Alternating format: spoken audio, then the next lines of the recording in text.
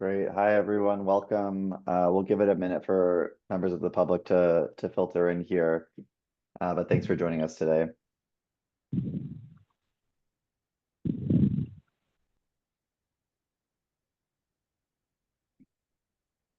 All right, looks like we're good to go. Well, good afternoon, committee members and members of the public joining us for this meeting. Nice to see you all again. As a reminder, I'm Cody Ziegler, the Director of Statewide Policy at Cal ICH, and I have the pleasure of opening our meeting today. Thank you all for your commitment in joining our efforts to end and prevent homelessness in California and for being with us at this meeting today, especially given everything that's going on right now. We know that folks are dealing with emergencies. We know that people are dealing with a lot in this work. So we really appreciate you taking the time to be here to help us do our work better and to really commit yourselves to our shared goal of preventing and ending homelessness. So thank you very much. A few reminders before we begin.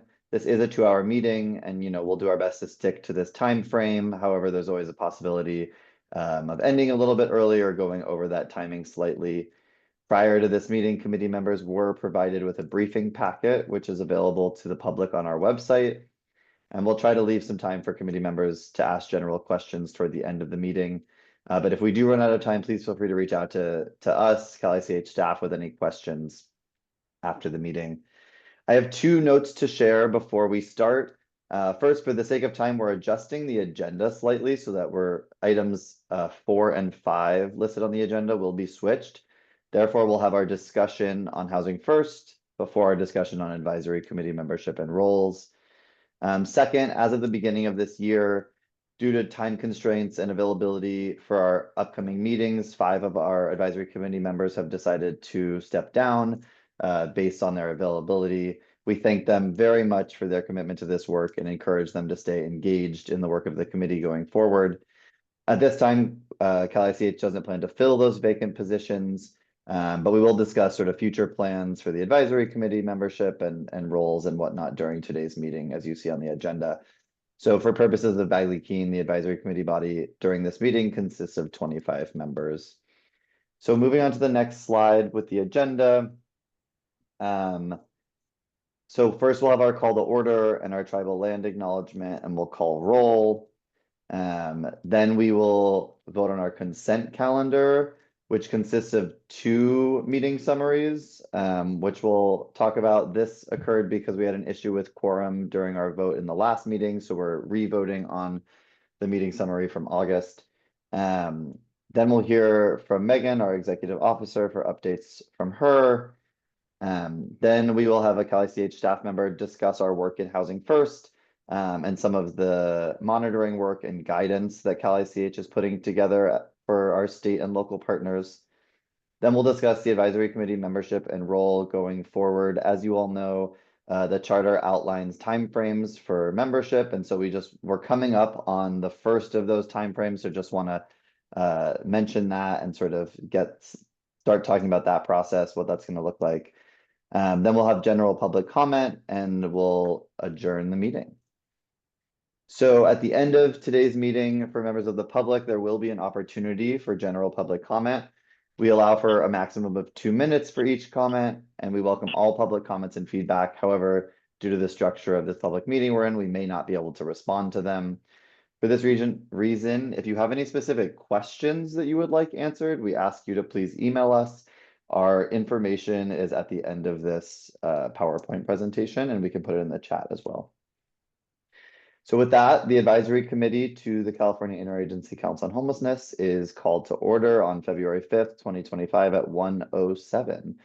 I will now pass it to Cal ICH's tribal liaison, Vivila Blossoming Bear, to read our land acknowledgement. Thank you, Cody. We wish to acknowledge that Sacramento is the unceded homeland of the Southern Maidu, Valley and Plains Miwok, the Nisenan people, the Patwin Wintun people, and members of the Wilton Rancheria tribe, who have inhabited this landscape since time immemorial. We extend our gratitude to the ancestors of all California Native American tribes and their descendants, as we recognize that wherever we are joining from in our virtual community, We're all on California Native American lands. Thank you. Thank you, Viviela. I really appreciate it. Will Cal ICH staff member Claire Bannerman please call the roll? Yes, thank you. This is the attendance roll call for the committee. We need a majority of members or a quorum to officially meet and hold this meeting. Committee members, after I call your name, please say present or here. Apologies if I mispronounce any names. Ludmilla Bade. Present. Thank you. Al Ballesteros. Present. Samantha Batko. Present. Doug Bond. Present. Thank you. Carolyn Coleman. Vika Eisen. Jennifer Hark Dietz. Present. Thank you. Janet Kelly.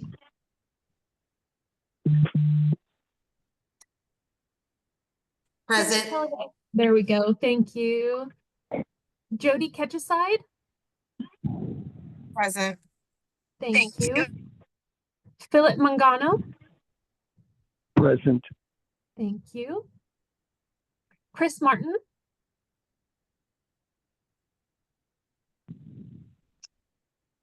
Thought I saw Chris on here. Chris, are you here? Chris, I know had to jump to another call, unfortunately. Oh, okay. Thanks, Alex. Okay, Mariah McGill. Luana Murphy. Elisa Orduña. Present. Thank you. Sharon Rapport. Karen also, I know, had to jump to another call, and she's jumping back in a few minutes. Great, thanks, Alex. Janie Roundtree. Present. Thank you. Emilio Salas. Miguel Santana. Reba Stevens. Present. Thank you. Megan Van Sant. Present. Thank you. Alex Fitzotsky. Yep, present. Thank you. Javon Wilkes. Present. Thank you. And Roxanne Wilson. Present. Wonderful. Thank you. We have a quorum. I will move us on to the next agenda item, which is the consent calendar. My name was not called. Charlene Dimas Peinado. Oh, sorry, Charlene. It's okay. Thank you. Same here, Joe Coletti was not called. Oh, I'm so sorry. I will make sure. Okay, great. Thank you. Okay, so anybody else whose name was missed? Okay. So this item is the consent calendar. The consent calendar is for regular or non-controversial items that need to be approved by the committee via a vote. We have two items, the adoption of the August 22nd and November 12th, 2024 committee meeting summaries. As we noted, due to an issue with quorum at our last meeting, we will be voting to approve the August meeting summary again. Are there any comments from committee members? I have one. If I was not at the last meeting, but was at the first meeting, what is the proper way to vote for that? Because usually I would abstain if I wasn't present. So did you only missed one of the two? Correct? Okay, and we vote on them as a unit. So Cody, correct me if I'm wrong, but I believe you can vote or abstain. Yeah, you can do either, Roxanne. We'll leave it to Okay. you. Okay, thank you. Any other comments from committee members? Okay, great. Before proceeding, since this is an action item that will result in a vote, we will now open it up for public comment. Please keep comments to the items on the consent calendar only. If your comment is not related to the consent calendar, there will be time for general public comment at the end of this meeting. If you are connected through Zoom, select the raised hand icon in the meeting window on your computer And for those joining by telephone, you may press *9 to indicate that you would like to comment. Once I call on you to speak, you'll be instructed to unmute yourself and you will have 2 minutes to make your comment. And I will check for raised hands. Okay. There are no comments. Would anyone like to motion to approve the meeting summaries? So moved. Thanks, Alex. Thanks, Alex. Second. Thank you. Thanks, Jody. Okay, we have a motion to adopt, and I will call the roll for a vote. As I call your name, please say aye or yes. You may also abstain or vote no. Ludmilla Bade, Aye. thank you. Al Ballesteros, Aye. Samantha Batko, Aye. Doug Bond, Aye. Carolyn Coleman, Joe Coletti, Yes. thank you. Charlene Dimas Penato, Aye. thank you. Vitka Eisen, Jennifer Hark Dietz, Aye. thank you. Janet Kelly, Aye. Jody Ketcheside, Yes. thank you. Philip Mangano, Aye. Chris Martin, Mariah McGill, Luana Murphy, Elisa Orduña, Aye. thank you. Sharon Rapport, Janie Roundtree, Yes. thank you. Amelia Salas, Miguel Santana, Reba Stevens, Aye. thank you. Megan Van Sant, Aye. Alex Fitzowski, Aye. Javon Wilkes, Aye. thank you. And Roxanne Wilson. Aye. Great, the motion passes and the meeting summaries are approved. I will now turn it over to Megan Marshall for her executive officer updates. Thank you, Claire. Good afternoon, everyone. I want to start first by acknowledging our advisory committee members who live in Los Angeles County and have been impacted by the fires, and to just offer a brief situational awareness update on the state's response to the disasters in LA, focusing specifically, of course, on Cal ICH's role in supporting the efforts. And so as it stands now, the state has stood up a housing task force under which there are several working groups, one of which is the pre-disaster unhoused working group that I am leading in partnership with my colleagues from the County of Los Angeles, the Continuum of Care, and the City of Pasadena, as well as the City of Los Angeles. That working group, as the name sort of implies and suggests, that this working group is focused specifically on persons who were pre-disaster unhoused, of which there was a very small number of persons who were pre-disaster unhoused in the mandatory evacuation zones. And so as we continue to coordinate efforts to address the immediate needs of persons who were pre-disaster unhoused, who exist in the American Red Cross shelters, we will begin to shift our focus to prevention, understanding that the homeless system of care, not disaster related, should be a system of last resort and last point of connection for folks. And so wanting to do whatever we can as a state supporting our local partners who are expert in serving their community, doing what we can to ensure that persons do not enter the homeless system. So I will move on now, and that work will, as I'm sure everybody can imagine, that work will be, it's a marathon, certainly not a sprint. I've been activated with OES for about 3 weeks now, and we can expect this is going to be a very long-term commitment. And so as we have updates to share, we'll certainly utilize our social media platforms. I'll provide updates to council for the March meeting, and continue to provide brief updates to this body as relevant.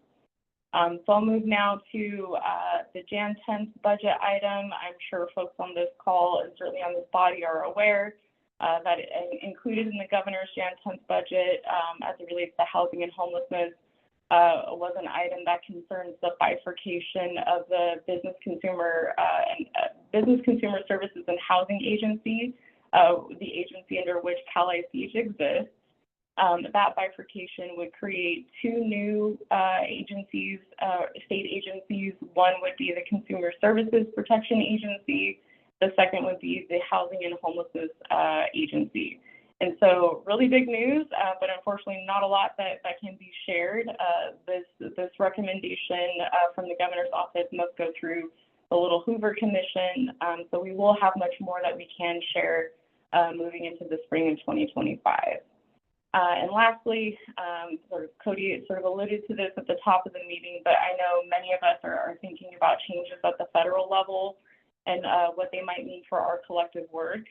So I want to start by reaffirming that California remains steadfast in its commitment to a California for all.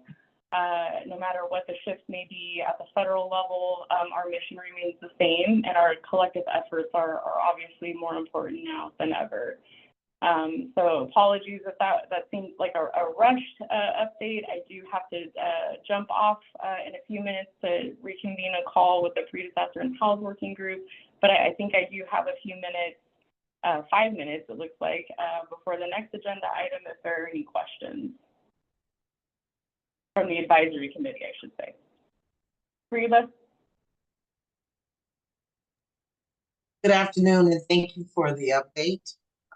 So there's a couple of wonders that I have, and that is how is the state preparing for, not being funded, not being adequately funded by the federal government? Is there a plan that is in place? I don't want to be negative. I want to believe that California will be adequately funded, but there are some scares or uncertainties at this time. So could you just speak to what plan is in place right now for that as a backup so that we can feel safe and secure and also be able to share that to the broader community in which we serve or frequent? Sure. Yeah, thank you, Reba, and completely understand, wanting to focus on the positive, but also, the need to live in reality. And the reality is that this is a very different United States in January, now it's February of 2025 than it was in December of 2024. Sort of the unfortunate timing, there is never a right time for disasters, but the scale and the timing of the disasters in LA have been the primary focus of the governor's administration.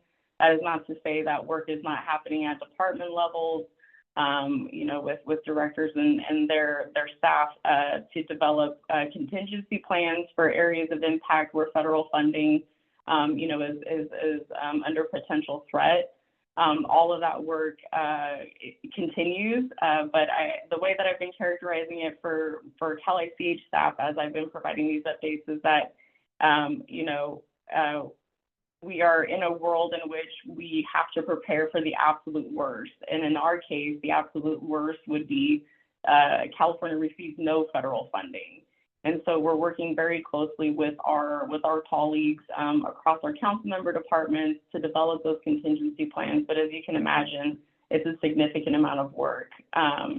I do know, and Alex, I hope you don't mind me mentioning this, but I know National Alliance is either developing a survey or has sent the survey out for continuums of care to get a better understanding of, in the event that federal funding was no longer available for COCs, what is the true impact? What are the number of units that would be impacted? What's the number of persons that would be impacted, et cetera, just to give us a visibility of the overall devastation that would certainly occur should the worst happen.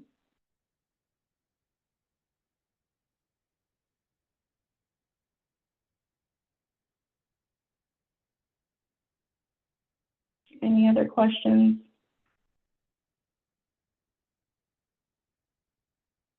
Yvonne? I do. So for the dissemination of the BCSH,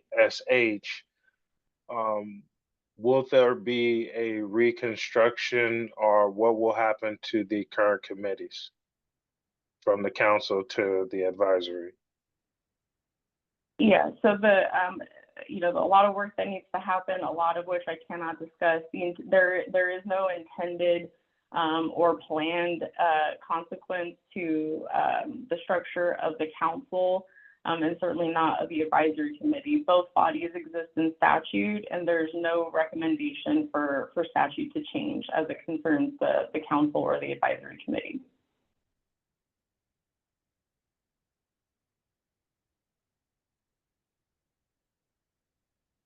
Any other questions? All right, I do just want to acknowledge. I just want to say, I love your Oh, sorry, Reba, I lost you your there. background. Oh, somebody loves my background. Yeah, just, if I could just put a plug in for the state here, which I don't do often, I will say. But, as we're seeing the devastation at the federal level, this is just another opportunity for California to remain California and our commitment to, diversity, equity, inclusion. So thank you for recognizing it. I do see there's a hand from the person on the phone. Yes, this is Philip Mangano. I just wanted to indicate that I understand the need to prepare for the worst situation, but I will indicate to you that during COVID, a very serious situation, of course, there were a number of conversations between the two administrations, the one in Washington, initially under the current president, and Governor Newsom, and there was a real sense of cooperation on that issue. In fact, I coordinated a couple of meetings between staff of President Trump and staff of Governor Newsom. So again, I understand the need to prepare for the worst. I think not being cynical about what could occur is probably also important to plan around, that California will get resources from the federal government in response to what's taken place. And certainly there is discussion about homelessness programs going on in Washington right now. And I believe part of the agenda has to do with housing first, and I'll reserve comment until that moment. Thank you. Yeah, thank you, Philip. I did neglect to mention in my updates that Cal ICH's General Counsel is doing a daily review of any federal executive orders that are signed, anything that could even have the potential impact to housing and homelessness. And so I'm not sure if Mr. Lawrence Lee has joined us in the audience, but thank him for the just overwhelming amount of work he's done to keep us current so that we are as prepared as we possibly can for any potential impacts. So yeah, thank you, Phil. I know I'm a little bit over. I was early, now I'm over. But before I hand it back to Cody, I do just want to acknowledge the scope of devastation in Los Angeles County. Also want to acknowledge that we have Northern California counties who have had their own disasters, some pretty significant flooding in Sacramento County, an unfortunate fire in Monterey County, while Cal ICH is focusing a tremendous amount of staffing resources to the response in Los Angeles. We continue to have visibility in counties who have other disasters or other local needs of support. So just wanted to offer that as well. So with that, I'll thank folks for the time, and I'll hand it back to Cody to move us to the next agenda item. Thank you. Thanks very much, Megan. Really appreciate the updates as always. So I am going to move us to the next agenda item. Of course, all of these things are related, right? And so while it feels like a switch in discussion, the work of the Housing First team at Cal ICH and the work we're doing to monitor and sort of draft guidance is definitely related to all of the current events going on. So I am actually going to pass it to Giselle, who is our statewide homelessness policy specialist here at Cal ICH. She has been the expert on Housing First at Cal ICH for a while now, and is going to tell you a little bit about sort of what our role is in monitoring Housing First at the state level, what guidance we're putting together for our state and local partners, and really hoping to get your thoughts and ideas around what else we might be doing to really support Housing First across the state. So Giselle, you can take it away. Hello, everybody. I'm Giselle. As mentioned, yes, I'm the policy specialist here at Cal ICH. One of my main focuses is pushing our work forward around Housing First. I'm excited to talk to you all about it today. Next slide, please. Some of you may already be familiar with this, but let me give you some background. In 2016, SB 1380 was signed into law so that all state-funded or administered programs that serve people experiencing homelessness or at risk of homelessness must implement 11 core components of Housing First. That statute also provided the state's definition for Housing First, which reads, Housing First means the evidence-based model that uses housing as a tool rather than a reward for recovery that centers on providing or connecting people experiencing homelessness to permanent housing as quickly as possible. Housing First providers offer services as needed and requested voluntarily and does not make housing contingent on participation in services. The work to oversee the implementation of Housing First is coordinated by Cal ICH staff. Our work focuses on ensuring that the 11 core components are adopted by state programs aimed at addressing homelessness. For Housing First to be implemented successfully, we want to create a shared understanding of how to apply its principles effectively at both the state and local levels. So in our collaboration with state partners, we have a role in monitoring Housing First implementation, including assessing if our state departments have adopted the core components into their program guidelines appropriately. We also provide them with resources, recommendations, and guidance for challenges they have in implementing the statute. We also plan to expand our work on Housing First at the community level, creating resources to help ensure partners on the front lines are successful in implementing Housing First practices, such as using trauma-informed and culturally appropriate practices, applying harm reduction principles, ensuring that programs are accessible to all people experiencing homelessness, and more. Next slide, please. Our efforts around Housing First expanded in the past year thanks to our growing team. At the end of 2023, we let our state partners know about our intentions to monitor implementation of Housing First in state programs. So using the information we have from the statute, we created criteria for programs that must follow Housing First and asked our state partners to identify these programs. Last February, we also presented to this advisory committee on our Housing First requirements, and we asked for input on potential state resources that would be helpful for local providers and partners in their efforts to successfully adopt Housing First practices. This feedback has led us to some of the guidance documents we will share with you today. In March, we sent out the Housing First survey to our state partners, and we asked them to provide details on how they have compiled with Housing First. And then following this, we assess the responses and set up meetings with state partners to discuss Housing First progress within their programs and provided them recommendations on how to come into compliance if they were not already. Which leads us to 2025. We are planning to do a follow-up to that previous survey to ensure all programs have incorporated the appropriate Housing First core components and to identify any other barriers to implementations that our state partners may be facing.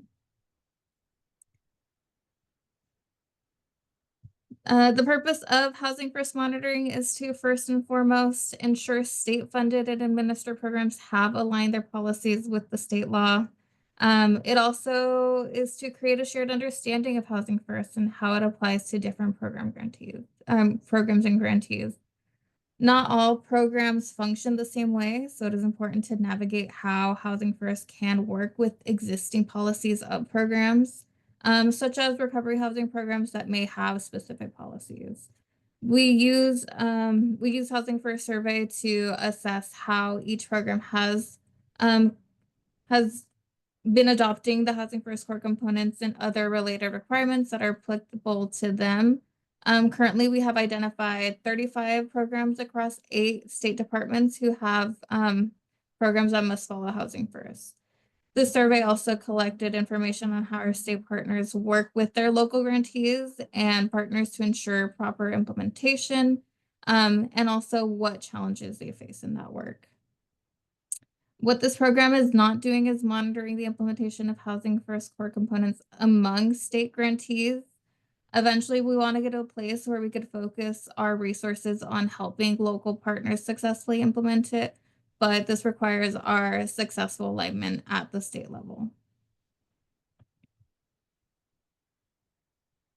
From the past round of Housing First surveys, we identified compliance of state programs with Housing First and the other statutory Housing First requirements. So there are other requirements, such as for those that have time limit assistance, and also requirements specific to CDCR programs that fund recovery housing. So we made sure to ask for this information as well. We have met with departments and agencies to discuss their responses to the survey and provided them with our recommendations to reach full compliance. Many programs are already in compliance with the law. For some of these programs, it's just minor fixes that are needed. In many cases, programs are practicing what is required by the statute. They just haven't listed it in their program regulations or guidance. So in these cases, we are asking that these programs update their program policies to align with those core components. In assessing these programs, Cal ICH is committed to working closely with departments to successfully implement Housing First. All programs are underway to being fully compliant, and as mentioned, we do plan to follow up this year with another survey to ensure that full compliance is met across all programs. Along with monitoring, the other role we play is to develop and share guidance and resources on successful Housing First implementation. Last year, we published public guidance, including a guide to California's Housing First law. We also had a training that was done in partnership with CalVet, HCD, and USICH. Currently, we are developing and hope to release guidance on how to ensure recovery housing programs meet Housing First requirements. And then later this year, we also plan to develop additional guidance documents. From our survey and training session, we gathered information on the challenges that our state and local partners experience in implementing Housing First, and what kind of support they would like to have from Cal ICH. We hope to continue developing guidance and to cover these topics, as well as work with our partners to understand their needs for guidance, and then also distribute materials to external partners. So some of the reported support needed was developing guidance and TA for external partners, such as providers, contractors, and the public. Having guidance on specific topics, such as shelters, tribal communities, harm reductions, etc. Understanding connection between Housing First and our goals within the action plan, providing data-driven studies on harm reduction, progressive engagement, trauma-informed care, and other similar evidence-based practices, providing tools to implement and measure Housing First, and also for us to collaborate with other partners, other state partners for webinars and other materials. As we are starting to develop materials around Housing First, I wanted to highlight our Cal ICH guide to California's Housing First law. It is a succinct guidance document that explains much of the Housing First law for a variety of audiences.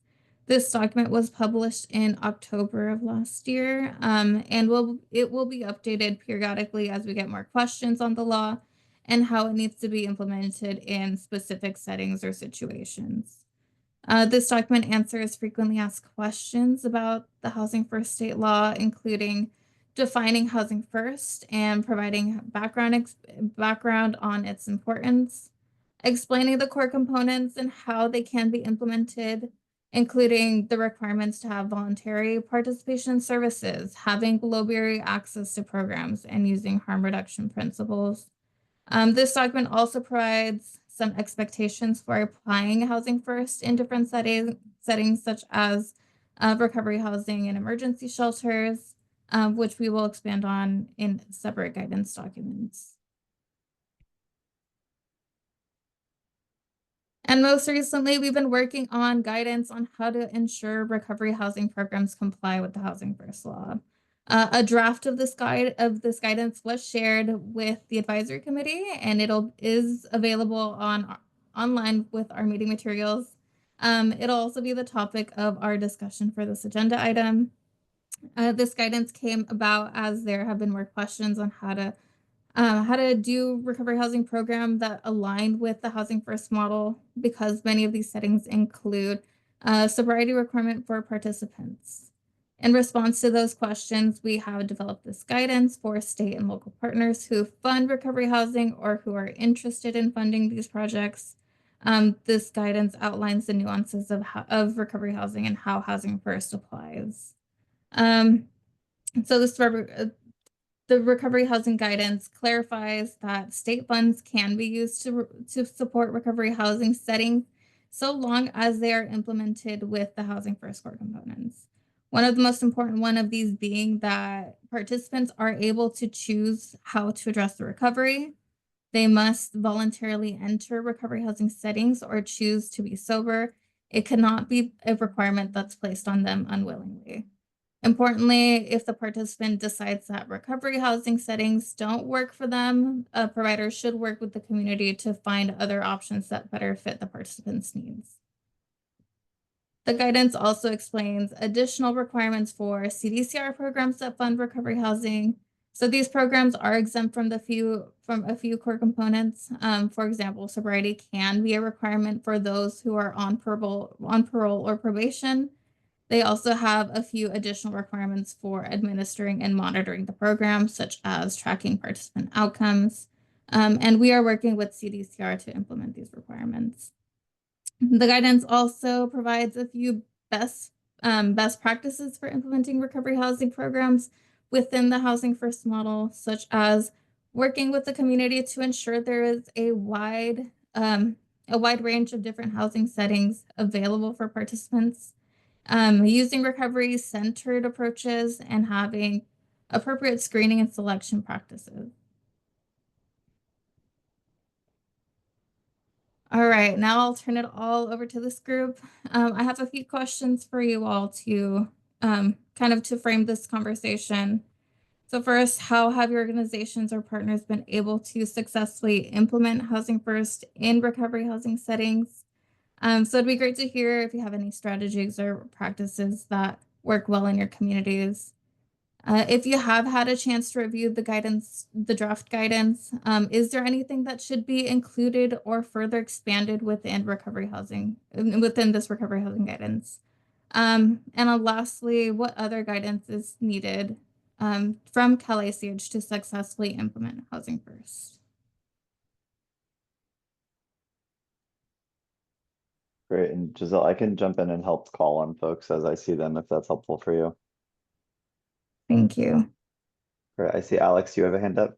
Yeah, sure. And coming from Los Angeles, thank you guys for this work on this guidance and work on this topic more broadly. I think coming from Los Angeles, I think we have not seen a lot of organizations or partners successfully mesh the recovery housing model with a Housing First model. And I think that's in part because we've been missing kind of that clarity sometimes about how to make it happen and how to do it. I know the model that folks usually lean on as like that successful meshing of the two is what the organization Central City Concern has done in a couple locations. And that's a visit to that location is actually what prompted the HUD policy brief on this very topic about a decade ago. So I'm really excited about this because I think in general, sometimes in the legislature and in kind of the media, we see a narrative that pits housing first against topics of recovery, against kind of substance use disorder. And I think all of us agree that we want to see more services for folks with substance use disorder. We want to see more choice so that folks can access the services they need and the services that work for them, right? So for some folks, that might be an abstinence focused program, and for other folks, that might not be what they need. So I'm excited about this as a step forward to bringing those two together. A couple pieces of feedback on the guidance is, so number one is maybe I missed it, but I think getting feedback from folks with lived experience is a really important part of implementing recovery housing in any community and making it part of your homeless system. So would love to see some language around that and how locals can and should use that as a guide. The other piece, and this is maybe getting into the weeds of what happens when somebody has to move from recovery housing back into another setting, but kind of how the connections to coordinated entry look and work there. How should a local continuum of care consider recovery housing in that context to make sure that we can move somebody quickly back into a setting that's appropriate for them without also saying that folks coming from recovery housing, jump the line ahead of everybody else who's waiting for housing, right? Because that creates its own kind of challenges and its own incentives. So those are the only two things that I wanted to highlight. I also the last thing I want to share is I really hope that this can be shared widely with folks in the legislature who are having conversations around recovery housing and housing first that I think are not informed by this kind of nuanced guidance. And I think that they would really benefit from getting a briefing from you all in addition to the document here. Yeah, thanks so much, Alex. I really appreciate that. And we are taking notes on your all's feedback, and we will, intake that, and we are definitely open to making adjustments to this guidance based on your feedback. One thing I will note, excuse me, one thing I will note is that we do have time at the upcoming Lived Experience Advisory Board, the Cal-ICH LEAB meeting, to discuss housing first topics. So there will be more to come on housing first with that group as well, but definitely agree it's really important to specifically around recovery housing, understand the experiences of people who have been in those programs. So thank you for that. Megan, I see your hand. Thank you. I appreciate Alex's framing because I think I'm probably not going to be as optimistic. I have seen in our community, I frankly don't think it's possible to operate a recovery housing and a housing first model. And I appreciate that the intention of this document is to try to thread that needle. But I think the reason that many people have not been able to implement housing first and recovery housing in the same place is it's simply not possible. They're two different models. So this road may be too far down for you for Cal-ICH or the state to take a different tack, but it feels disingenuous is much stronger of a word than I mean. I don't mean disingenuous, but I think that putting a guidance saying that it's possible to do this is not being super honest. It's really not possible to do housing first in a recovery and recovery housing in the same setting, in the same location. I can imagine a really large organization who's able to offer a sober living facility alongside a non-sober. So there really is that kind of diversity of option within the same organization. That could be great. That's not realistic in our community, which is much smaller. So I think pretending like this is an opportunity for every community to be able to implement is, to me, I'm uncomfortable with that. I think you know, we have many homeless individuals, and this would be really important to get a wide range of input from people with lived experience, but who want to be in a sober shelter.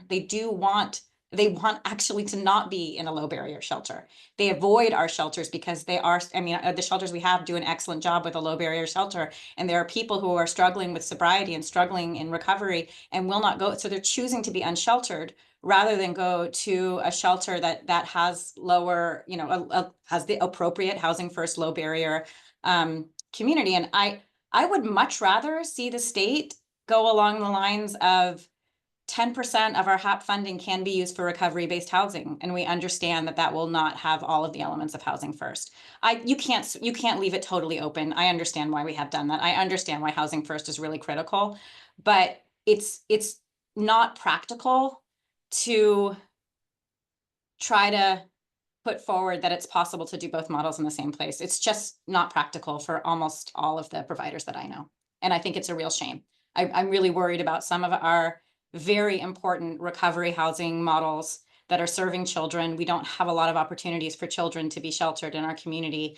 And I don't think they're probably following Housing First exactly the way they're supposed to, because they are a sober living facility. And because so many of those families are also involved in child welfare, and sobriety is really important in their ability to keep, care of their children.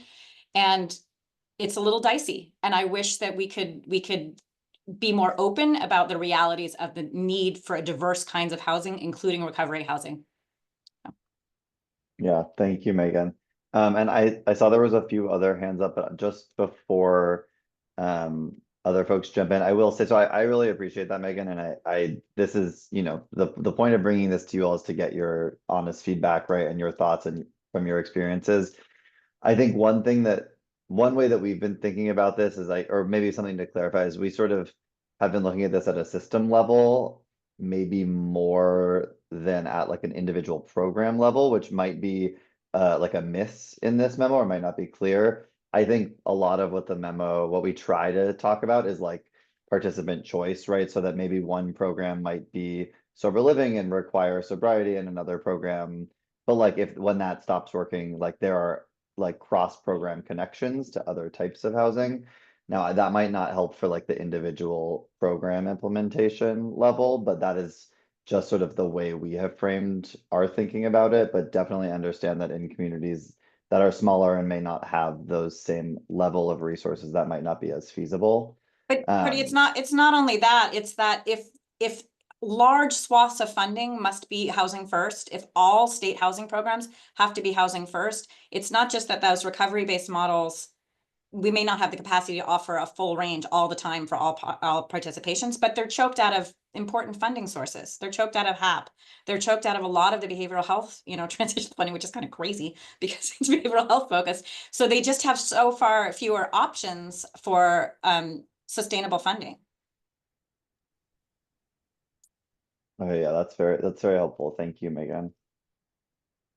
Sharon, I think I saw your hand, and Roxanne as well, but let's start with Sharon here. Yeah, hi. Thanks so much for the discussion. I do, think that in general that most recovery homes do not offer what you've described, and don't offer what HUD has described in their policy brief. And so I do think ideally people would have a choice, and it would be, true choice, where it's not a choice between either you go to this recovery house or you have to remain homeless. I think that if ideally we would offer people a choice of whether they want to live in an abstinence-based setting, but then not evict people the first time they relapse, or even if they relapse more than once, because relapse is part of recovery. And I think that's, well settled. So I do, just as an example of maybe what Megan was talking about in terms of like in a single community having choices. And in Portland, Central City Concern does have both a recovery home and supportive housing, offering a harm reduction approach, in close proximity to each other. And so if somebody is struggling in the recovery home because they figure out that abstinence is not their path to recovery, then they can move into the supportive housing project. And I do think that that offers a little bit more true choice, but unfortunately, I don't know of any places in California where that exists. And so I think Megan's right in that way, that it is really difficult to do. I think the idea of systems policy makes sense. Cody, what you just talked about, like at a systems level, offering some choice and allowing some funding to go to recovery housing, I do think makes sense. But from my perspective, we really don't, I think recovery housing is a little bit, unknown right now because there are so many different models out there and they don't all follow the same, guidelines. And a lot of them honestly are just not very good. They're basically recycling people back to homelessness. So I do feel like having this guidance is helpful. I do think we have to keep in mind that a lot of the recovery housing out there will be evicting people back to homelessness, will not be providing choice. And so I think parameters are a good thing.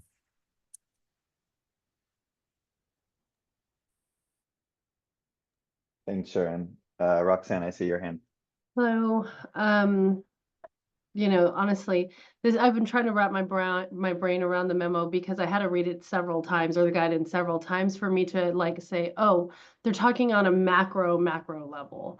So one, it is a little bit confusing being in the middle and trying to teach and enforce to some capacity housing first on a local level. Because this recovery housing project conundrum continues to come up. So one, the guidance I probably think needs to be cleaned up a little bit more so that it's more clear that this is really a state level thing. Secondly, we do our best. So behavioral health bridge housing is a good example where we were lucky enough to take over an entire street of former Fort Ord. There's 55 units set up as quadplexes, and then some of those units are low barrier, some of those units are abstinence-based housing. But I'm gonna tell you, proximity matters. So it doesn't matter if you're in a different building, if you're on the same street, it is really complicated and very difficult for many of our folks to remain sober in BHBH housing. Again, we do our best. So behavioral health will then try to work with individuals so that they can get whatever other resources that they need so they can go back into the sobriety pathway, as it is a requirement for folks to do their best to remain sober while they're there. But it is complicated nonetheless. And we don't have other resources for us to just quickly move people out into another program if they violate the lease agreement. Further, it's even more complicated because it is former Fort Ord housing. They're all deed restricted. The property is owned by the housing authority. So the housing authority has their own rules about how people can and cannot live. So it just continues to unfold.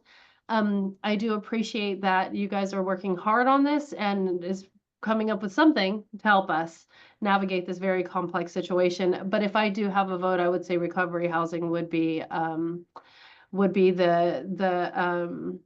actually like what was said by Megan, that recovery housing would be the exception, but not necessarily the rule, because there is an issue of us then seeing an entire community shift to everything as recovery housing, which we can't do that either.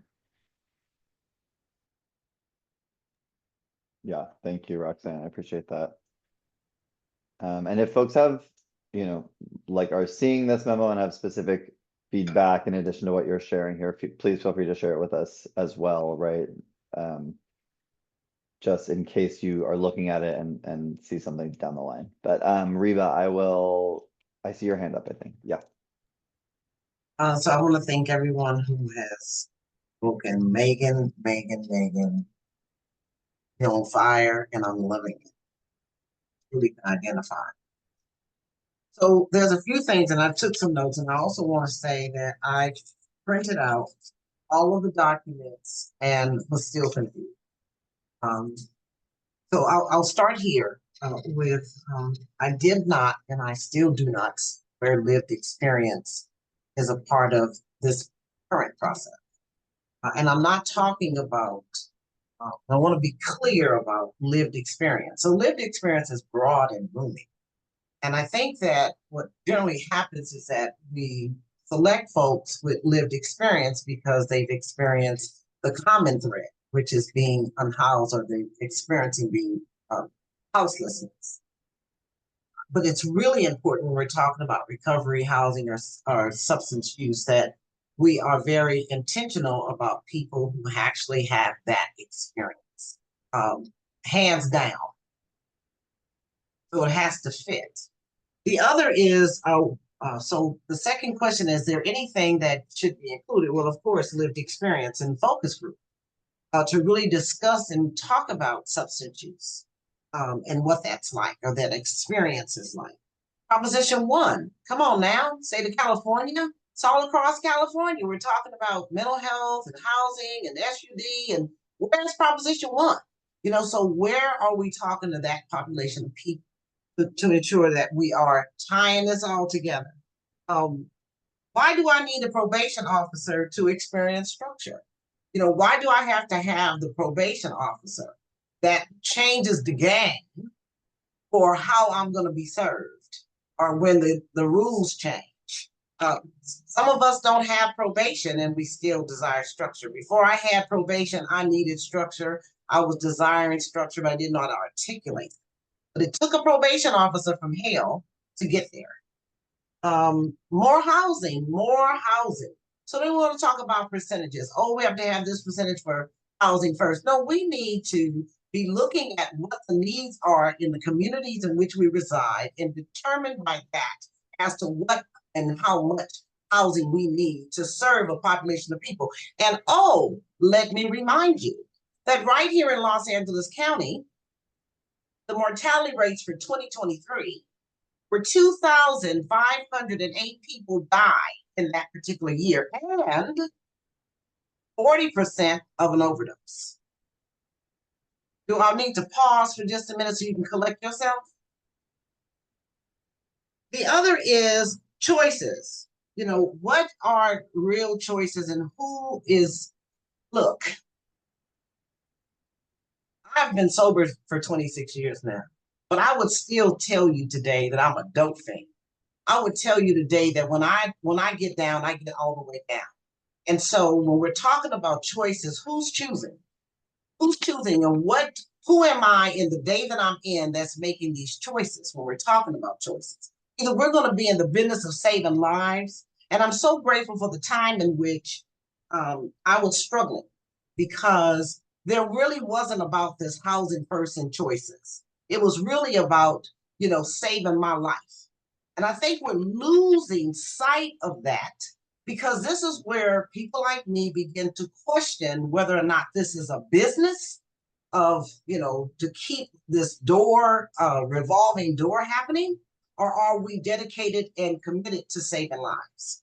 And so there has to be some foundation, a solid foundation that I would hope that would be built by way of, you know, members like that are present here today, that could also be adjusted in order to make sure that everyone falls or lands on something solid versus quicksand. You know, because when I'm crazy, for the lack of a better expression, I'm all the way crazy. And I mean that, and I hope that you really are listening to what I'm saying. The last thing that I would say is this can't be one-sided. You know, there are those of us who desire to be sober and want to be in a sober environment. And I ain't talking about just inside of a building. I'm talking about when I walk outside, I don't need to see Bob sitting across the street getting loaded because of this housing first model. And then I'm now triggered because I'm not having such a great day. So now I've got the mental obsession and the physical allergy that kicked in. And now that's what I want to do is go and get high. And I'm just giving it to you real and real raw. And until we have focus groups to talk to people with lived experience of substance use disorder, to really dig in to see that this truly is not a one size fit all. And if you ain't been there and done that, you'll never get it. And then I would also encourage everybody to read the Big Book of Alcoholics Anonymous, the doctor's opinion.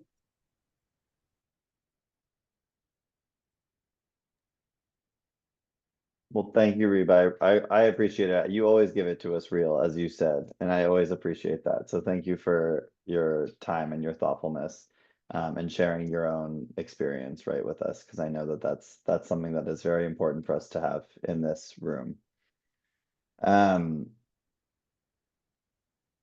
So I want to give space for anyone.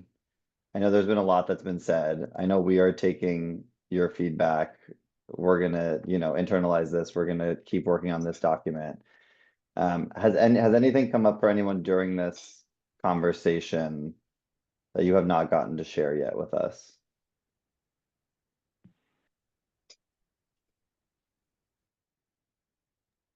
I see a hand. I think Philip, I see your hand. All right, thanks so much, Cody. I just think at a 50,000 foot level, one thing that has to be thought about is the opposition that's coming to both the nomenclature and the approach of Housing First in the current administration. They're going to lean onto the studies that have been done by Cicero Foundation, the Heritage, by Manhattan, and there will be a frontal attack made on Housing First, that it doesn't work. They'll say that it was established as federal policy. The numbers have only gone up in the years of the Biden administration where it was declared to be federal policy, and ergo, it doesn't work. And as a result of that, a new approach is necessary. Part of that new approach will be a focus on services first, essentially. They haven't said that yet, but that's the direction that they're going. Now, if that were backed up by increases to mental health and addiction services, that might be helpful in some way. But in general, the terminology of Housing First will be detrimental, I think, in the upcoming days.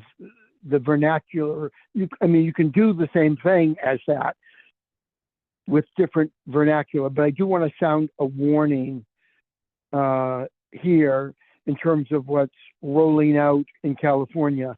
As I think most of us know, the HUD secretary was finally got through confirmation process, so Secretary Turner will be taking over the reins. He's aware of all of these studies. He's been briefed already. So there is some concern about nomenclature being a hindrance. I don't know how much of California's response to homelessness is reliant on federal funds flowing through a Housing First set of initiatives, but there would be some definite concern on that front. So at that level, I'm very appreciative of what both Megan and Sharon and others have talked about in terms of the approach maybe not being appropriate in certain circumstances. That will be highlighted by people in Washington. Whether the United States Interagency Council on Homelessness will continue to be as an advocate, as you will recall, it was when I was in Washington, it was the council that adopted a Housing First motif and brought it to the administration, which accepted it. We just never made it solely the policy. And that will be absolutely challenged again by this new administration. So I just found a cautionary note, both in terms of the nomenclature, and I find it interesting that earlier we were talking about worst case scenarios on other matters.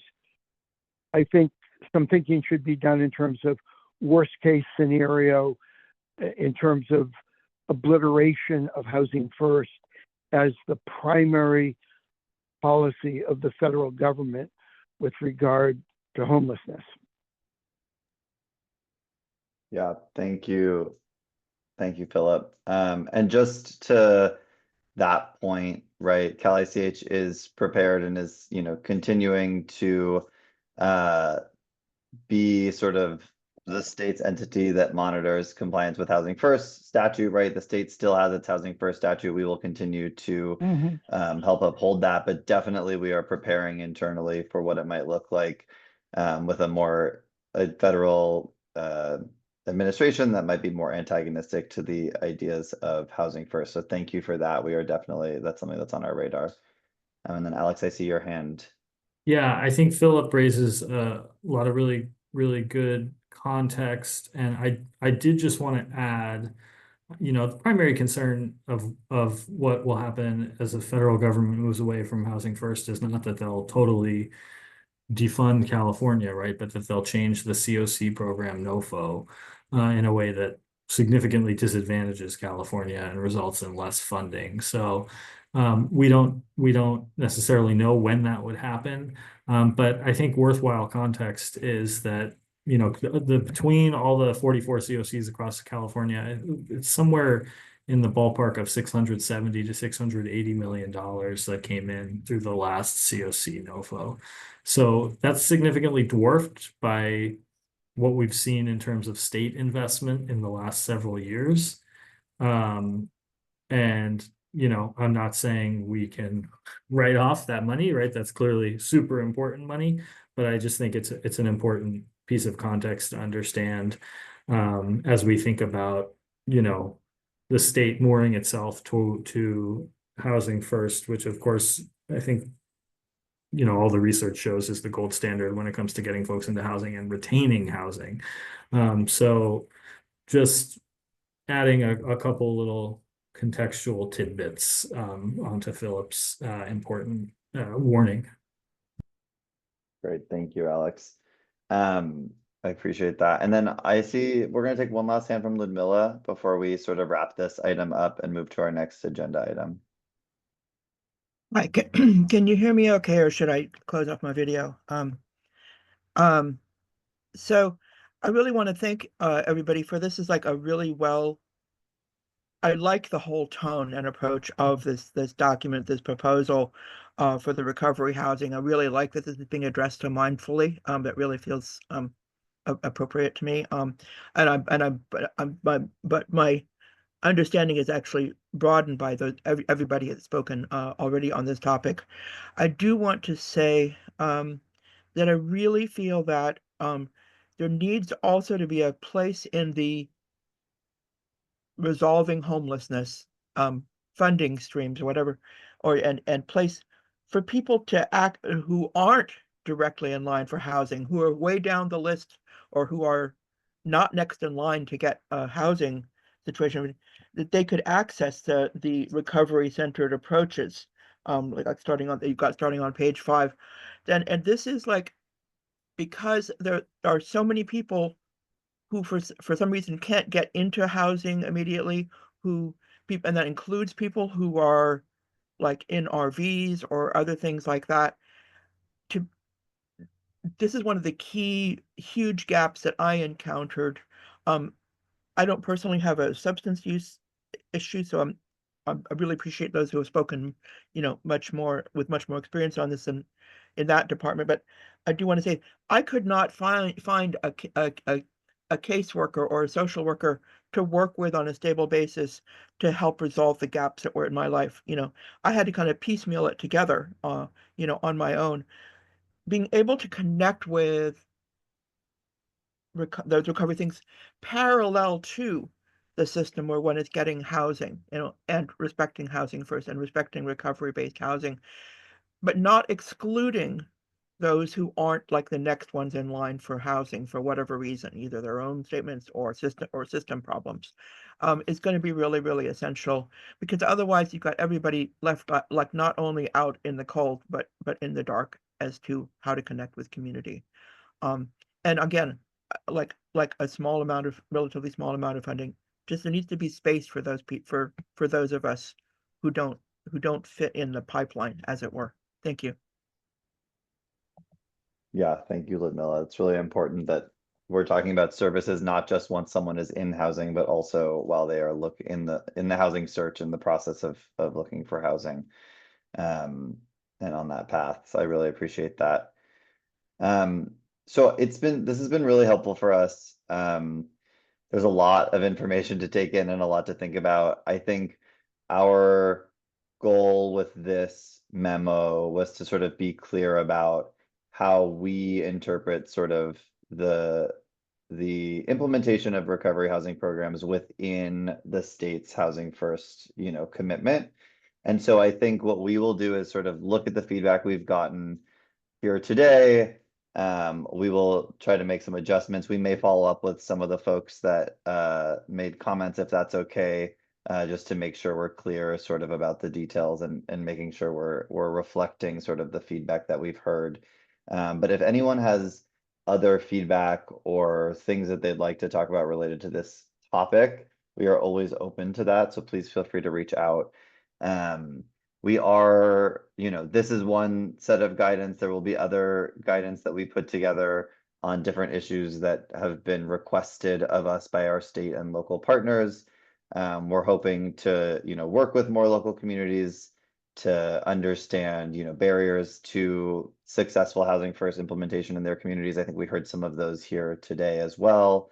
And then also, we will continue to sort of do our monitoring at the state level to make sure that, we are at least aligned in our requirements across state programs. And Megan, I see your hand. Thank you, Cody. And I just specifically related to this document, I don't want I don't want Cal ICH to look foolish, and as an advisory committee member, I don't want to look foolish. So if there's recovery housing that exists that doesn't have a sobriety requirement, I have yet to hear of that. So I think that the statement about you can have recovery housing and you can use Housing First funding as long as you don't have a sobriety requirement. And by sobriety requirement, I mean you would evict a participant if they're using, then it really looks silly on page 3. And I would encourage you to ask the recovery housing community, which hopefully you already have. Is there recovery housing? Are those two words like in conflict with each other? Is there recovery housing that does not have a sobriety requirement? I don't think they exist. So kind of talking about how to make that exist, I don't know. It feels, again, it feels a little tiny bit ridiculous. Again, I'm using stronger words than I mean. I don't mean ridiculous and I don't mean disingenuous, but I'm trying to like tone down that word to be like, let's just tell the truth here. If Housing First is not compatible with recovery housing, let's just be honest about that rather than putting forth guidance pretending that it is. I think earlier, Sharon referred to some sort of large program in Portland. It would be really awesome if you were a large enough program to say, here's our recovery housing, here's our low barrier, Housing First model, you get to choose. They're farther enough apart from each other that they won't actually impact each other. That would be fantastic. But if it's not reality, let's not pretend that it is. And again, I'm going to put in a plug for a certain percentage of state funding be set aside for recovery housing, specifically for those homeless individuals who want to be sober, who are sober, because frankly, we're kind of discriminating against them right now. If we have a sober homeless individual that wants to be in a sober shelter, we are discriminating against them. And I kind of see it that way. I've talked to homeless individuals who feel that way. So Right. I'll get off my soapbox now. No, I appreciate it. Thank you, Megan. Thank you for the feedback. All right, I am going to move us to the next agenda item. I've been getting messages that we are at time, so I want to make sure we don't go over today. So I'm actually going to pass it to Megan for this next agenda item. Megan, take it over. Megan Marshall, sorry, not to put you on the spot, Megan Van Sant. Yeah, lots of Megans. Some with an H, some without, but here we are. So thank you, Cody. We heard at the top of this meeting that term limits are sort of fast approaching for our existing advisory committee members. And over the course of the next few months, Cal ICH staff are going to be working with our council co-chairs, Secretary Moss and Secretary Johnson, to identify candidates to participate in an application process to fill those vacancies.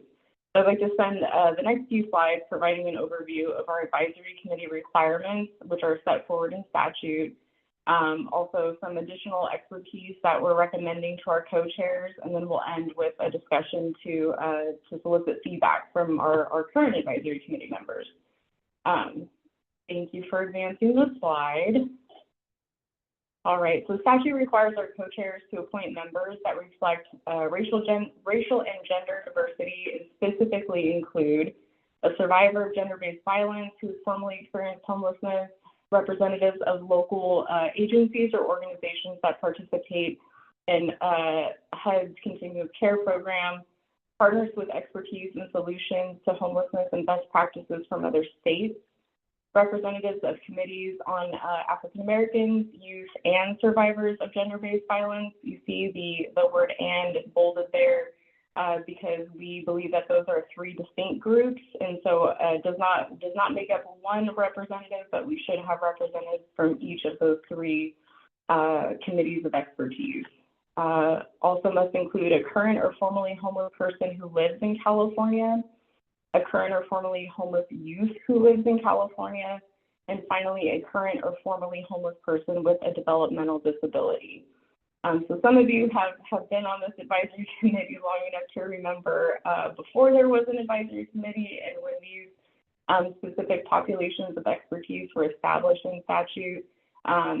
Just wanted to highlight again that these are things that we are representatives of expertise that we're required to have. Also, statute says that this advisory committee shall designate one of the above described members to participate in every quarterly council meeting and to provide a report to the council on advisory committee activities.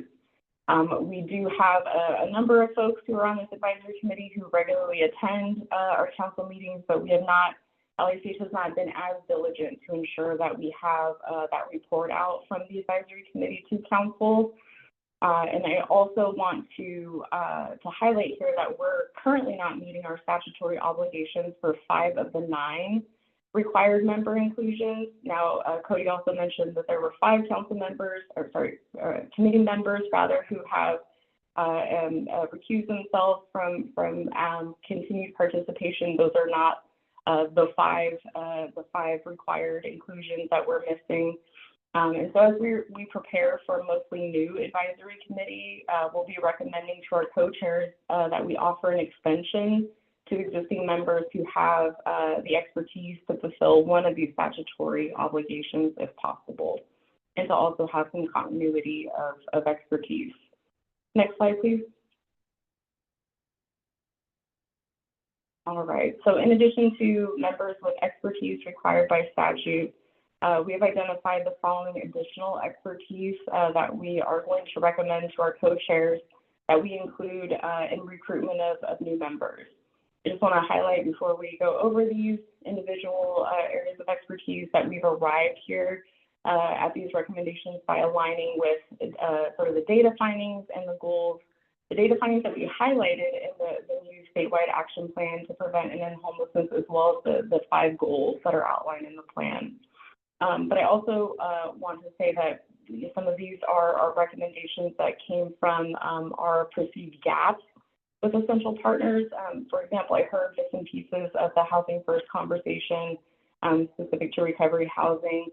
Want to highlight that some of these partners and additional partners, we'll get to additional partners in the discussion portion of this item. But just want to say, like, the gaps of partnerships and that expertise is sort of what you'll see reflected here. So I'll start first with, we would love to incorporate a CalACH Lived Experience Advisory Board member. We do have, as many of you are aware, we have a Lived Experience Advisory Board. We created sort of, not referred to as a co-chair model, but we do have 2 members of the lead who are identified as lead supports. Those are the 2 persons who will sort of, take on additional roles and responsibilities to support the greater lead, but would love to have continuity and overlap between the lead and the advisory committee. We would also suggest to have representatives from Northern and Southern California tribal communities. representatives of committees on Native Hawaiian or Pacific Islander communities, partners with expertise in homeless services and best practices for rural communities in California, representatives of statewide associations such as the California Welfare Directors Association, the California Behavioral Health Directors Association, the Health Executive Officers Association, our county, California Association of Counties, and which just also add some flexibility here, some consideration, perhaps that the advisory committee members can add to, but potentially adding partners from the California Association of Code Officers. We've had many a conversation around the state's, the governor's executive order for encampments and various community responses to encampments. We recognize that code enforcement officers as a group or code enforcement entities locally are sort of a population that we've not actively engaged with. And so potentially an area of expertise to incorporate for engagement on this committee. Representatives from Northern and Southern California academic research institutes or centers. Of course, we do have Jimmy Roundtree, who is currently on this advisory committee, but would love to see, a more representation from academic institutes to support our efforts. And last but certainly not least, representatives from managed care plans. All right, if we can go to the next slide, please. So I'll move us now into the discussion portion of this item, starting with questions for you all, of course, but starting with who is missing from the additional experts, if any, what value would you suggest that they, would you see them bringing to the advisory committee? What should recruitment of future members look like? And last but certainly not least, from your experience as advisory committee members, what improvements can Cal ICH make to the advisory committee to ensure active engagement? So with that, I'll take a pause, a drink of water, and open it up to the committee. Is this list inclusive of like the whole committee? This is who you're looking to recruit for the whole thing, right? Correct. Okay, so I saw on that slide, and maybe you could back up once, just this. I'm not seeing anything that says specifically experience with working in continuums of care. There is the rural communities working in homeless services, but there's nothing, there's nobody on here that could represent continuums, how they work, and any expertise in that area. And I think that's beneficial. I know that I've been asked as someone who works in continuums, a lot of questions from folks at the state, so I think it may be helpful. Thank you, Jody. Cody, if you can take us back one more slide to what's required in statute. So Jody, actually statute requires that we have representatives of local okay. agencies. I missed that part. Sorry. That's okay. That's okay. I was looking at the other one. It's such an important partner that it's required in statute. So yeah, thank you, Jody. Ludmilla. Yes, I would love to see, and very much, it's not just a personal request, to see somebody who's familiar with environmental issues specifically, and or familiar with the United Nations goals for sustainable development. It's my personal, it's my experience, it's my feeling that homelessness as a whole is a symptom, is in part a symptom of lack of sustainability in our culture, and some lack of sustainability in our individual practices as far as things we do as humans. And I really see an opportunity in resolving homelessness to align with the United Nations sustainability goals in how to create a more sustainable society, how to have our systems, support be sustainable. and our social, interactions be sustainable, and our housing makes sense. And that ties in with environmental issues. And how do, are we setting up multi-use affordable housing that's going to support a more environmental consciousness going forward? And that's not, and I'm not saying that just to be cute. I'm saying that because if we're not tying in with and melding things that support resolving the climate crisis and other issues, I think we have a missed opportunity. So I'd like to have somebody with some expertise in how to do those. And I've also heard an interesting thing just on the environmental thing of, with the current administration cutting some of the environmental protections, there are areas like, for example, locally, there's a thing where there's a protected salamanders. Those aren't going to be protected anymore. So we have the opportunity to then build housing there. And so could housing be built in an environmentally sustainable way?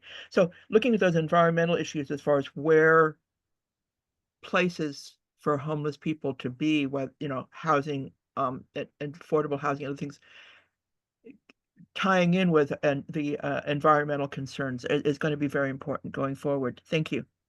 I hope that all made sense. It did. Yeah, thank you, Ludmilla. Of course, we see a tremendous amount of overlap with our colleagues, and whether it's Cali, PA, certainly at the local level, we've been asked by a number of local environmental groups, environmental health agencies, water districts who are interested in environmental impact of homelessness. So that's an excellent recommendation. Thank you, Ludmilla. Javon? I want to first say Cal Youth, we are I wouldn't say like an association, but we're a statewide agency. And I know I'm serving as the member here with lived experience, but do want to touch on the improvements for the advisory committee. It's not in statute where we get to have someone on the actual council, right?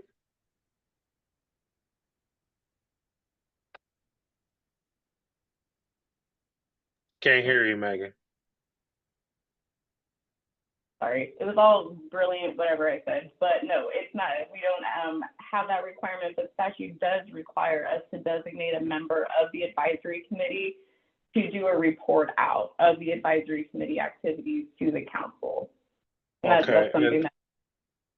Okay, beautiful. So, one, I would like to suggest, I don't know if we have a chair or co-chair here, and then I know there's also the Lived Experience Advisory Board, but I will say this, without a seat at the table for that council, even though we will be outnumbered for the overall departments that are there, I will just say it just feels a little isolated.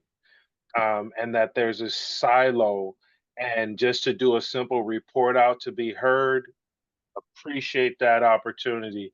But we have come to a place where a vote at the table has impact and has power. So, however, there can be some advocacy, especially with the transitioning of the department splitting in two, to really advocate as we had in the beginning, to have not just folks with lived experience, but those expertise that help the overall council move this work forward, so that there is that realness, that rawness, that comes from our group. But to some degree, a lot of people around our table, we get it.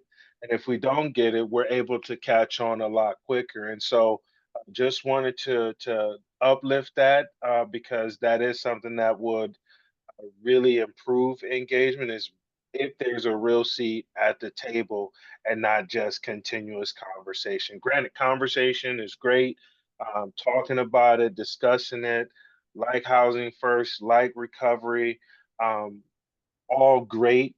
But that vote, that seat at the table, that is where community shifts in power, and that's way more important at this time in our history.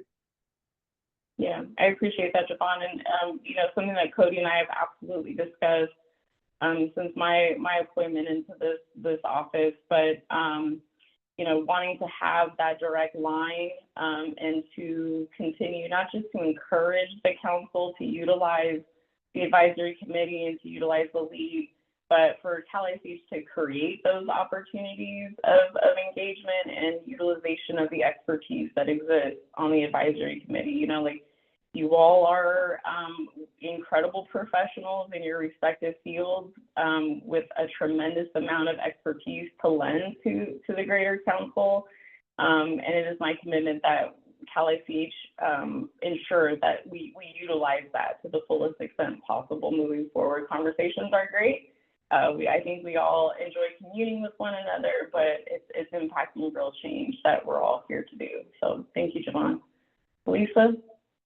Hi, thank you, everyone. And thank you, Javon, because I think I was having similar reactions, but maybe what I felt was particularly with the recommendation of the new members, which I agree with, but it felt like it's becoming a little bit institutional heavy.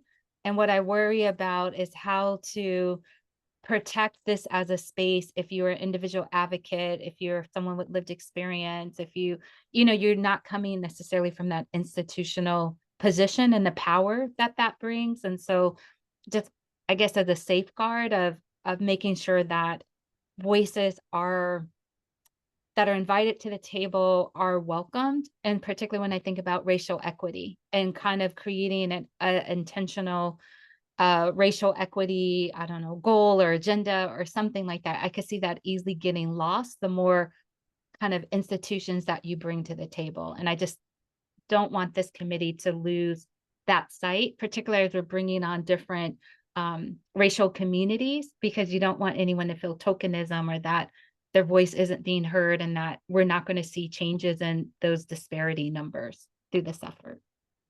Thank you. Yeah, I appreciate that, Elisa. I will say that we were very intentional on ensuring that there were more persons with lived experience in particular areas than having, you know, persons who are from institutional settings or you know, things that are connected in some direct way to state operations, because that's the council, right? The council is comprised of department directors who lead, you know, those programs and those policies.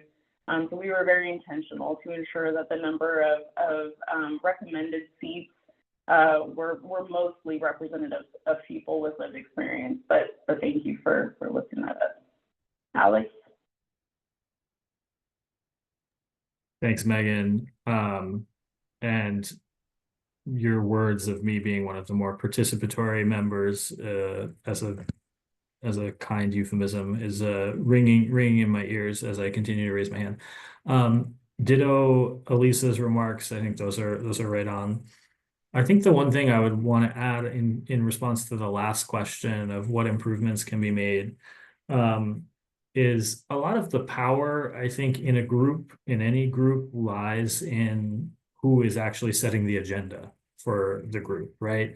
And I think as members, sometimes you've maybe seen us bristle a little bit at agendas that sometimes don't always feel connected to, I think, some of the things that we feel are important to discuss in a particular moment in time and that have, you know, resonance to a particular moment of time.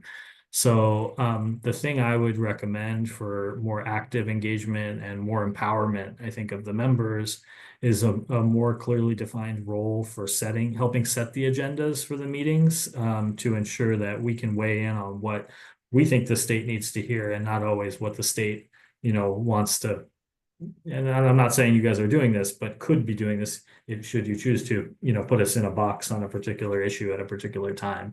So I don't know exactly what the structure of that looks like, if it's like creating almost like an executive committee of a couple of the advisory committee members who would meet with staff on a monthly basis to help set the agendas, and those executive committee members can be checking in with their colleagues on a one-to-one basis, so it doesn't violate Open Meetings Acts. But that would be my suggestion to I think increase engagement and link the conversations to what we see happening around the state in a more current sometimes way. Yeah, I appreciate that. We did, we tried to create the co-chair model for the Lived Experience Advisory Board. That has been very successful. They have a tremendous amount of input into the agenda. Of course, there will always be things that Cal ICH needs to bring to the attention of a respective body that perhaps, the body isn't interested in or doesn't want to prioritize. The action plan is a really good example, right? Like, we have to talk about the action plan, but giving the lead space to create its own priorities and areas of focus has been very successful and very well received, not just by the lead, but also by the council. And so I could see, us try to accomplishing the same thing with the advisory committee. So thank you, Alex. I appreciate that. Reba? Yeah, thanks to everyone who provided feedback. I was curious about the data, the current data that California has, and if that is being looked at in order to come up with who's going to be at the table. The other is, I'm hearing about people, but ensuring that there's representatives for families across country. So I don't know if that was in the slide deck. Ruben, can you repeat hear that me? last part? Yeah, can you just repeat that last part? I'm sorry. Families. Ensuring that Families. there is a representative for families. Families, That number is truly growing. Yeah, excellent flag. No, we did not have anything in particular for families, but absolutely agree. I know there are a number of council members who would also agree that they would like to see representation of families with lived experience of homelessness in California. And Cody, if we can go back just one more slide, I wanted to make a reference to something.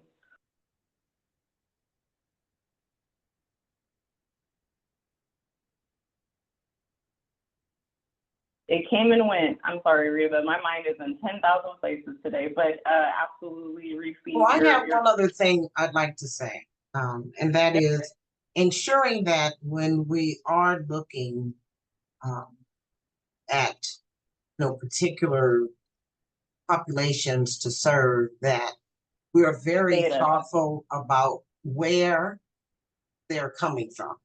So, like, for instance, I don't know what the growing numbers are about families across California, but I do know that here in Los Angeles County, that it is just wrong to see babies outside. So I'm just hoping that there is that balance in the selection process.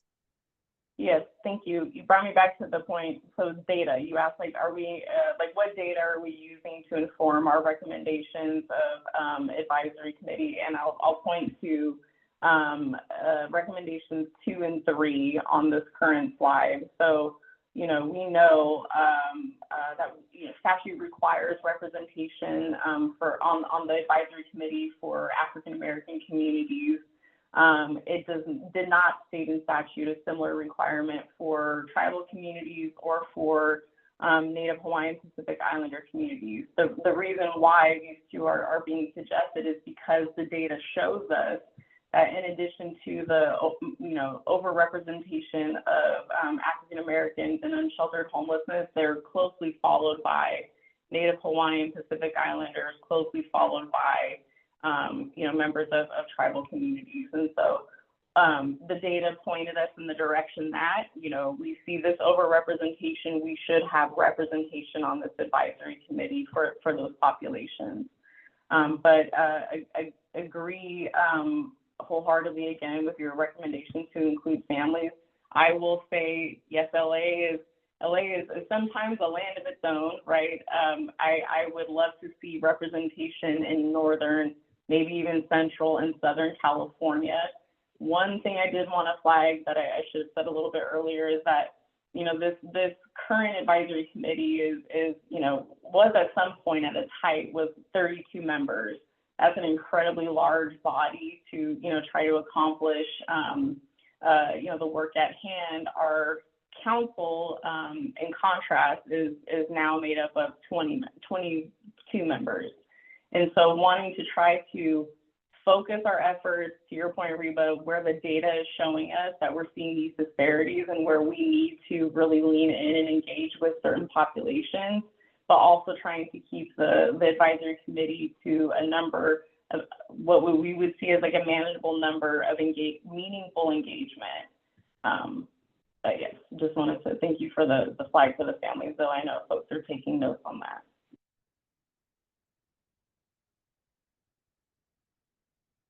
Any other questions or comments? All right, I did not have a next step slide, but so I will just verbalize that now before I pass it back to Cody to move us on. But sort of next steps here is that we'll be making recommendations for recruitment to our co-chairs. We will keep all of our advisory committee members apprised of sort of the looming term date for folks who are going to be moving off. And of course, thank you all for your commitment. Some of you, again, since the advisory committee was memorialized in statute, you all have been serving on this body. I'm sure, you know, incredibly frustrated at times with the state of California, but absolutely appreciate your all's commitment and patience as we, you know, I will say we're still a relatively young organization. So thank you all for bearing with us as we go through our growing pains. So with that, I'll turn it back to Cody to move us on to the next agenda item. Yeah, thank you, Megan. And thank you all for just generally your participation today. It's been really a great meeting for us. So I will actually pass it to Claire to facilitate general public comment. Great, thank you. So I just ask that CalICH staff share a 2-minute timer, please. We will now accept general public comments. We welcome all comments and feedback. Due to the structure of this public meeting, we will not be able to respond to any questions. If you have any questions for CalICH or the committee, please email us at calich@bcsh.ca.gov. Everyone will get 2 minutes for their comment. A CalICH staff member, oh, we've got the timer, perfect. And the timer will warn you when your time is expired. If you are connected through Zoom, select the raise hand icon in the meeting window in your computer. And for those joining by telephone, you may press *9 to indicate that you would like to comment. Once I call on you to speak, for those on the phone, you'll be instructed to press *6 to unmute yourself. Okay. Ariane, please introduce yourself and you have 2 minutes. Hi, my name is Ariane Dalade. I am with a consultant for lived experience advisors in San Diego. And yes, I do have a question, but I'm just gonna put as a statement, if you please. When implementing Housing First in view of individuals in recovery, and playing the devil's advocate here, how do we address behavioral problems such as petty theft, those who are struggling with substance use disorder or antagonistic behavior when entering permanent housing? How are these individuals, these types of behavior addressed and integrated? So you are entering in a mixed context with other people who are not in the same situation. How do you address that? How do you live with that? And I'm in agreement with Megan Vincent, and she, you know, you gotta monitor the behaviors of people who want to recovery, they need to be away from substance or people with substance use disorder in order to recover, because that would be very difficult for someone who is trying to stay away from drugs. Seeing somebody doing drugs, it's just like counterproductive. I don't see how. And as a person with lived experience of homelessness due to economic hardship, and a member of lived experience advisors, having to watch over my shoulder, while in housing does not eliminate that stress of living on shelters and streets or a safe parking program. And as a side, that this is the second point, I want to reiterate my desire to be included in the list of prospects of Cal ICH Lived Experience Advisory Board member. And thank you so much for letting me speak. Thank you. Okay, next we have Brandon. Brandon, please introduce yourself and you have 2 minutes. Hi, can you hear me? Yes, we can hear you. Okay, great. Hi, I'm a recently retired corporate project manager looking to volunteer and do a lot of work regarding homelessness. Thinking about some of the comments earlier, particularly I believe from Alex, about potential change of direction from HUD and funding and them not supporting Housing First, I would love to just hear quickly again a reference of, I think he said Heritage Foundation, some of the reports I might read and look at to see what other direction the federal government might want to go to in that area. That would be much appreciated so I can study. And that's it. Thank you.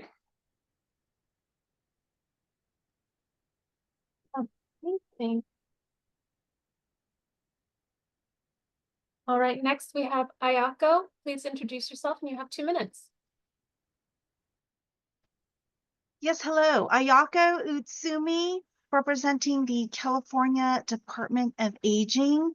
I wanted to thank Megan Van Zandt and Sharon Rapport and the other speakers on this very important topic of some considerations about Housing First. And as this rule may impact older adults slightly differently, we encourage Cal ICH to continue to study this matter, and we thank you for bringing this very important issue to light. Thank you. Thank you, Ayako. At this time, we have no other hands raised, so I will pass it back to Cody for final remarks and adjournment. Thanks, Claire. And thank you again to all of our committee members for your insights and your comments during our meeting today. As you can see, we continue to work towards moving this committee towards actionable work and are able to do so only because of your thoughtful input and attention to this work. Our next committee meeting will be on May 7th, 2025 at 1 p.m. I also want to thank the members of the public who have attended this meeting. We appreciate your interest in our work around homelessness, and I know that many of you who attend our meetings are doing this work either at the state or in your local communities every day, so we appreciate your efforts. We hope you all will listen into our next council meeting on March 12th at 1 p.m. And with that, the meeting is adjourned at 2:51 p.m. To receive up-to-date information on the council's activities, please sign up on the Cal ICH website. We have an email list, and you can also follow us on social media. So thank you all again very much. Really appreciate the time and your attention today. Thank you all. Thank you.